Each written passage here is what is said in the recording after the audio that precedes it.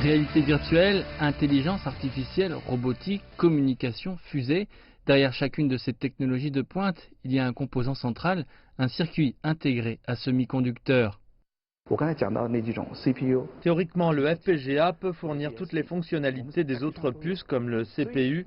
Si vous savez faire un FPGA, alors vous pouvez concevoir toutes les autres puces. Donc nous pouvons dire que le FPGA est le joyau de la couronne de la conception des puces semi-conductrices.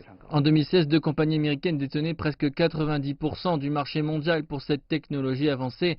Et plus tôt cette année, quand les États-Unis ont interdit le géant des télécommunications chinois ZTE d'acheter des produits technologiques américains, les puces FPGA étaient sur cette liste.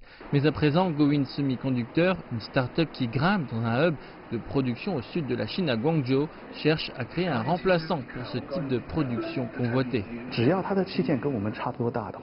Je pense que nos puces FPGA peuvent remplacer totalement celles produites aux États-Unis.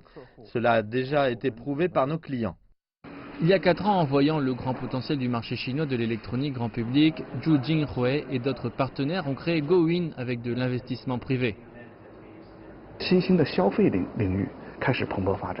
Nous avons choisi le sud de la Chine car c'est le plus grand marché mondial de l'électronique grand public.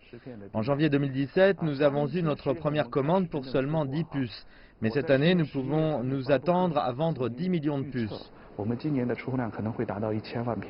Cette grande capacité a fait de la Chine l'un des 2 pays dans le monde à être capable de faire des puces FPGA à un volume de production viable. Aujourd'hui, Gowin a des clients dans le monde entier, comme M. Werber d'Israël.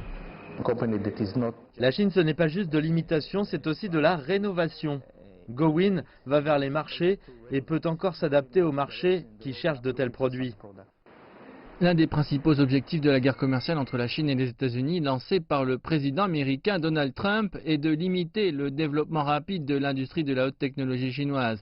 Mais selon les experts, avec de plus en plus d'entreprises comme Gowin, c'est presque une tendance impossible à arrêter. Le développement de la Chine a toujours été sous pression. Aucune de nos réalisations n'a jamais dépendu de la clémence des autres. La politique d'endiguement contre la Chine est toujours là. Donc je ne vois aucune différence avec les restrictions actuelles par rapport à celles du passé. Pour Gowin, toutefois, la guerre commerciale ne semble pas lui causer de troubles. Nous avons tous les droits de propriété intellectuelle pour nos conceptions et produits. Donc à court terme, la guerre commerciale ne nous affectera pas.